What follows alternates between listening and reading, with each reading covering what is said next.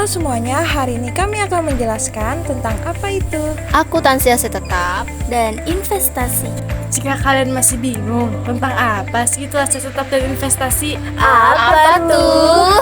Tenang-tenang, di video kali ini akan kami kumpas tuntas semuanya. Jadi simak baik-baik ya. Selamat menonton. Berikut ini adalah klasifikasi aset tetap. Aset tetap adalah aset yang berwujud yang mempunyai masa manfaat lebih dari 12 bulan, biasanya digunakan untuk kegiatan pemerintah. Aset tetap terdiri atas tanah, peralatan dan mesin, gedung dan bangunan, jalan, irigasi dan jaringan, serta konstruksi dalam pengerjaan. Selanjutnya ada pengakuan aset tetap. Yang pertama yaitu kriteria aset tetap. Kriteria aset tetap yaitu berwujud, mempunyai masa manfaat lebih dari 12 bulan, biaya perolehan aset dapat diukur secara andal, tidak dimaksudkan untuk dijual dalam operasi normal entitas, dan diperoleh atau dibangun dengan maksud untuk digunakan. Yang kedua, ada pengakuan aset tetap. Aset tetap dapat diakui pada saat manfaat ekonomi masa depan dapat diperoleh dan nilainya dapat diukur dengan andal. Apabila perolehan aset tetap belum didukung dengan bukti secara hukum karena masih adanya suatu proses administrasi yang diharuskan, seperti proses jual beli akta, maka aset tetap tersebut diakui pada saat terdapat bukti bahwa penguasaan aset tetap telah berpindah. Selanjutnya ada aset bersejarah. Aset bersejarah adalah bangunan bersejarah, monumen, dan tempat-tempat purbakala, archaeological sites. Contohnya candi dan karya seni. Ciri-cirinya antara lain sebagai berikut. Nilai kultural, lingkungan, pendidikan, dan sejarahnya tidak mungkin secara penuh dilambangkan dengan nilai keuangan berdasarkan harga pasar. Tidak mudah diganti dan nilainya akan terus meningkat, serta sulit untuk mengestimasikan masa manfaatnya. Aset tetap juga memperhitungkan harga perolehan loh. Harga perolehan aset tetap adalah jumlah biaya yang dikeluarkan untuk memperoleh sebuah aset tetap, termasuk harga beli aset, biaya transportasi dan pengangkutan, biaya instalasi dan pemasangan, serta biaya perawatan dan pemeliharaan. Selanjutnya ada penyusutan aset tetap. Penyusutan adalah alokasi yang sistematis atas nilai suatu aset tetap yang dapat disusutkan, depreciable asset, selama masa manfaat aset yang bersangkutan. Aset tetap juga memiliki metode penyusutan loh. Yang pertama ada metode garis lurus, straight line method, metode saldo menurun ganda, double declining balance method, dan yang terakhir ada metode unit produksi, unit of production method. Penilaian aset tetap. Barang berwujud yang memenuhi kualifikasi untuk diakui sebagai suatu aset dan dikelompokkan sebagai aset tetap diukur berdasarkan biaya perolehan. Biaya aset tersebut adalah sebesar nilai wajar pada saat aset tersebut diperoleh.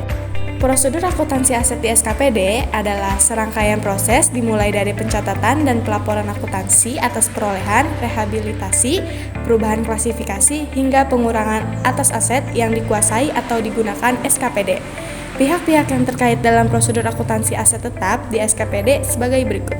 Yang pertama ada pejabat pengelola keuangan SKPD, yang kedua ada penyimpanan barang milik daerah, yang ketiga ada pengurus barang SKPD, yang keempat kuasa bendahara umum daerah, serta yang kelima bendahara pengeluaran. Selanjutnya ada penghentian aset tetap. Berdasarkan PSAP nomor 7 paragraf 77 sampai 79, suatu aset tetap dieliminasi dari neraca ketika dilepaskan atau apabila aset secara permanen dihentikan penggunaannya dan tidak ada manfaat ekonomi di masa yang akan datang. Aset tetap yang secara permanen dihentikan atau dilepas harus dieliminasi dari neraca dan diungkapkan dalam catatan atas laporan keuangan. Pada aset tetap terdapat juga fungsi-fungsi yang terkait dalam penghentian aset tetap. Yang pertama, pengelola barang, yang kedua, pengguna barang atau kuasa pengguna barang, yang ketiga, bendahara barang, dan yang keempat, pejabat penatausahaan keuangan SKPD. Berikut adalah dokumen yang digunakan dalam pelepasan aset dan menjadi dasar dalam pencatatan pelepasan aset. Yang pertama, laporan barang milik daerah dan atau laporan hasil inventarisasi untuk pencatatan saldo awal. Yang kedua, laporan aset semesteran. Yang ketiga, laporan aset tahunan. Dan yang keempat, dokumen lain yang sah. Selanjutnya kita akan membahas tentang akuntansi investasi. Sesuai dengan SHP nomor 6, investasi adalah aset yang dimaksud untuk memperoleh manfaat ekonomi seperti bunga, dividen, dan royalti atau manfaat sosial sehingga dapat meningkatkan kemampuan pemerintah dalam rangka pelayanan kepada masyarakat. Selanjutnya, klasifikasi investasi. Investasi pemerintah diklasifikasikan menjadi dua, yaitu investasi jangka panjang dan jangka pendek. Yang pertama, investasi jangka panjang, yaitu yang dimaksud memiliki lebih dari 12 bulan. Pengeluaran untuk memperoleh investasi jangka panjang diakui sebagai pengeluaran pembiayaan dan pelepasan jangka panjang dicatat sebagai penerimaan pembiayaan. Yang kedua, ada investasi jangka pendek. Investasi jangka pendek dapat digolongkan menjadi deposito berjangka 3 bulan sampai dengan 12 bulan dan atau yang dapat diperpanjang secara otomatis evolving deposit. Pembelian surat utang negara yang biasa disingkat dengan SUN, pemerintah jangka pendek oleh pemerintah pusat maupun daerah, dan pembelian sertifikat Bank Indonesia yang biasa disingkat SBI.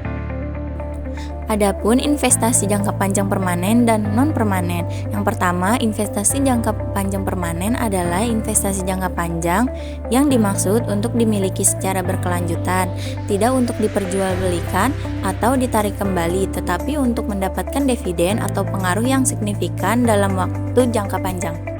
Yang kedua, ada investasi jangka panjang non-permanen adalah investasi jangka panjang yang dimaksud untuk dimiliki secara berkelanjutan, untuk diperjualbelikan atau ditarik kembali. Selanjutnya, pengakuan investasi, pengeluaran kas dan atau aset, penerimaan hibah dalam bentuk investasi, dan perubahan piutang menjadikan investasi dapat diakui sebagai investasi. Pencatatan investasi hanya terdapat di PPKD. Pencatatan akuntansi untuk investasi terdiri atas 2 kali pencatatan, yaitu untuk keperluan penyusunan neraca dan laporan operasional serta penyusunan LRA. Pencatatan untuk investasi diawali pada saat terjadi pengeluaran pembiayaan investasi. Pencatatan untuk keperluan penyusunan neraca dan laporan operasional adalah investasi bertambah di sisi debit dan kas di kas daerah berkurang di sisi kredit. Sementara pencatatan untuk keperluan penyusunan LRA adalah pengeluaran pembiayaan investasi bertambah di sisi debit dan estimasi perubahan sal berkurang di sisi kredit. Berikut ini pengukuran investasi. Pada dasarnya, investasi dicatat sebesar harga perolehan. Apabila informasi mengenai harga perolehannya tidak dapat diperoleh, investasi tersebut akan diukur menurut nilai wajarnya. Pengukuran investasi juga memiliki kriteria sebagai berikut. Yang pertama, investasi jangka pendek dalam bentuk surat berharga saham dan obligasi dicatat sebesar biaya perolehannya. Yang kedua, investasi jangka pendek dalam bentuk deposito dicatat sebesar nilai nominal deposito tersebut. Yang ketiga, investasi jangka panjang permanen dicatat sebesar biaya perolehannya meliputi harga transaksi investasi ditambah biaya lain yang timbul dalam rangka perolehan investasi tersebut. Serta yang keempat, investasi jangka panjang non-permanen dicatat sebesar nilai perolehannya. Selanjutnya, ada penilaian investasi pemerintah. Yang pertama, metode biaya, yaitu investasi yang dicatat sebesar biaya perolehan.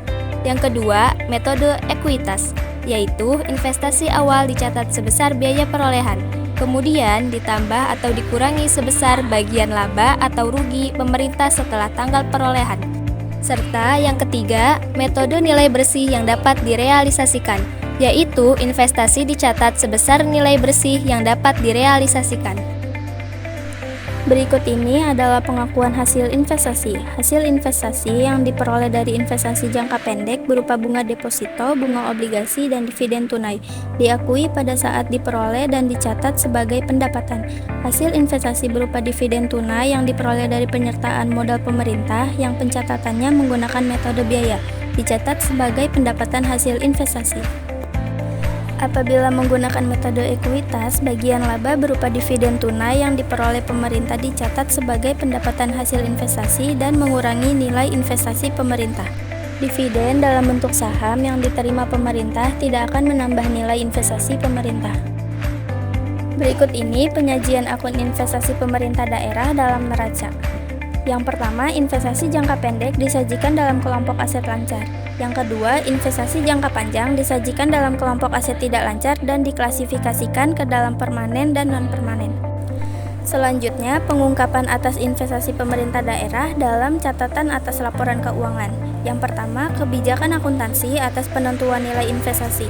Yang kedua, jenis-jenis investasi yang dimiliki. Yang ketiga, perubahan harga pasar, baik investasi jangka pendek maupun investasi jangka panjang. Serta yang keempat, penurunan nilai investasi yang disignifikan dan penyebab terjadinya penurunan tersebut. Pelepasan dan pemindahan investasi. Pelepasan investasi pemerintah dapat terjadi karena penjualan, pelepasan hak karena peraturan pemerintah dan lain sebagainya. Selisih nilai antara hasil pelepasan investasi dan nilai tercatatnya harus dibebankan kepada keuntungan atau rugi pelepasan investasi dan disajikan dalam laporan operasional. Selanjutnya, perolehan hasil investasi dan pelepasan investasi jangka pendek. 1. Pengeluaran untuk perolehan investasi jangka pendek diakui sebagai pengeluaran kas pemerintah dan tidak dilaporkan sebagai belanja dalam LRA. 2. Pengeluaran untuk perolehan investasi jangka pendek hanya merupakan reklasifikasi dari akun kas menjadi akun investasi jangka pendek. 3. Nilai investasi jangka pendek dicatat sebagai nilai perolehan atau nilai nominalnya. 4. Jika tidak ada nilai perolehan, investasi dinilai berdasarkan nilai wajar investasi pada tanggal perolehan, yaitu sebesar harga pasar. Berikut ini perolehan hasil investasi dan pelepasan investasi jangka panjang. Yang pertama, pengeluaran untuk perolehan investasi jangka panjang diakui sebagai pengeluaran pembiayaan dan dilaporkan sebagai belanja dalam laporan realisasi anggaran atau LRA. Yang kedua, pengeluaran untuk perolehan investasi jangka panjang yang sifatnya permanen dicatat sebesar nilai perolehan. Yang ketiga, pengeluaran untuk perolehan investasi jangka panjang yang sifatnya non-permanen dicatat atas dasar sebagai berikut. 1. Pembelian obligasi dicatat sebesar nilai perolehan. 2. Dana talangan dicatat sebesar nilai bersih yang dapat direalisasikan. Dan ketiga, penanaman model di proyek pembangunan pemerintah dicatat sebesar nilai perolehan. Investasi berupa kepemilikan saham. Pendapatan hasil investasi dicatat sebagai pendapatan lain-lain yang sah apabila penilaiannya menggunakan metode biaya.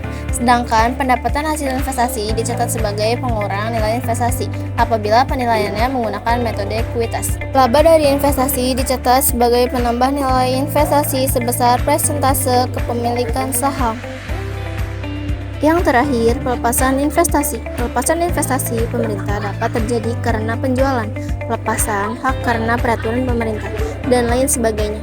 Penerimaan dari pelepasan investasi jangka panjang diakui sebagai penerimaan pembiayaan, sedangkan pelepasan sebagian investasi dinilai dengan menggunakan nilai rata-rata atau total nilai investasi dibagi total lembar saham yang dimiliki. Sebelum penutupan, kita ada pantun nih. Apa tuh? Goreng ikan sambil makan mie. Cakep. Goreng sedikit, jangan sekaligus. Cakep. Cukup sekian presentasi kami. Moga-moga dapat nilai bagus.